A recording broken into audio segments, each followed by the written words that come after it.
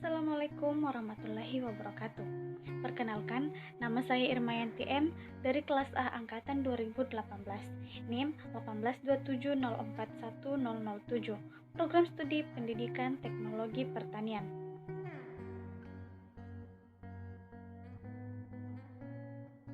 Lemak. Lemak adalah campuran trigliserida yang terdiri atas satu molekul gliserol yang berkaitan dengan 3 molekul asam lemak. Lemak dan minyak mempunyai struktur kimia umum yang sama. Dalam penggunaan secara umum, kata lemak atau fat dipakai untuk menyebut trigliserida yang padat pada suhu ruang. Berdasarkan jenis ikatannya, lemak dibagi menjadi 2, yaitu asam lemak jenuh, di mana rantai hidrogennya dipenuhi dengan hidrogen. Yang kedua, asam lemak tak jenuh. Rantai hidrogennya tidak dipenuhi oleh hidrogen dan mempunyai satu atau lebih ikatan rangkap. Kadar lemak jenuh pada lemak hewani lebih besar dibanding pada lemak hewan. Ketengikan. Ketengikan merupakan gejala rusaknya lemak dan minyak. Ada 2 reaksi yang berperan dalam proses ketengikan lemak dan minyak. Yang pertama, oksidasi. Pada peristiwa oksidasi, terjadi pengikatan oksigen pada ikatan trigliserida. Reaksi ini dipercepat dengan panas, cahaya, dan logam-logam. Yang kedua, hidrolisis. Enzim lipase menghidrolisis lemak, memecahkan menjadi gliserol dan asam lemak, di mana lemak ditambah air akan berubah menjadi gliserol ditambah asam lemak. Lemak tumbuhan mempunyai ketahanan lebih tinggi dibandingkan lemak hewan terhadap proses ketengikan.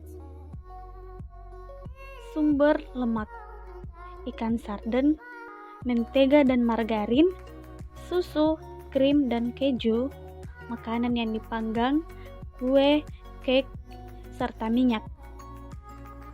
Protein. Protein adalah suatu polipeptida yang mempunyai bobot molekul yang sangat bervariasi, dari 5.000 hingga lebih dari 1 juta.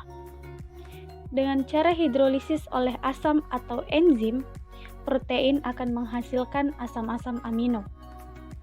Ada 20 jenis asam amino yang terdapat dalam molekul protein. Asam-asam amino ini terikat satu sama lain oleh ikatan peptida. Protein yang berasal dari hewan disebut protein hewani, sedangkan yang berasal dari tumbuhan disebut protein nabati. Beberapa makanan sumber protein ialah daging, telur, susu, ikan, beras, kacang-kacangan, gandum, jagung, dan buah-buahan. Denaturasi protein. Apabila konformasi molekul protein berubah, misalnya oleh perubahan suhu, pH, atau karena terjadinya suatu reaksi dengan senyawa lain dan ion-ion logam, maka aktivitas biokimianya akan berkurang. Perubahan konformasi alamiah menjadi suatu konformasi yang tidak menentu merupakan suatu proses yang disebut denaturasi. Proses denaturasi ini kadang-kadang dapat berlangsung secara reversibel, kadang-kadang tidak.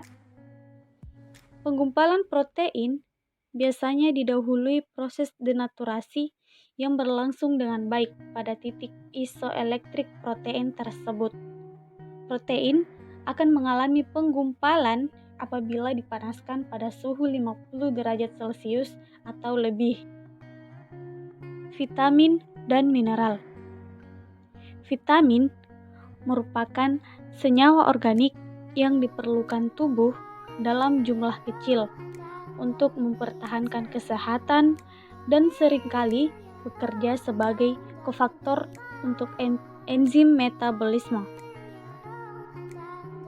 Mineral yaitu senyawa anorganik yang merupakan bagian penting dari enzim, mengatur berbagai fungsi fisiologis dan dibutuhkan untuk pertumbuhan dan pemeliharaan jaringan termasuk tulang.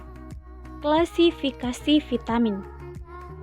Vitamin dibagi menjadi 2. Yang pertama, vitamin larut lemak, yaitu vitamin A, vitamin D, vitamin E, dan vitamin K. Yang kedua, vitamin larut air. Di antaranya vitamin B kompleks, vitamin B1 atau thiamin, vitamin B2 atau riboflavin, vitamin B3 atau niacin, vitamin B5 atau asam pentotenat, vitamin B6, piridoksin, vitamin B12 atau kobalamin, biotin, dan asam folat, serta vitamin C.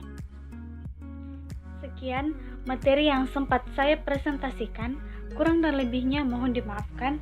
Wassalamualaikum warahmatullahi wabarakatuh.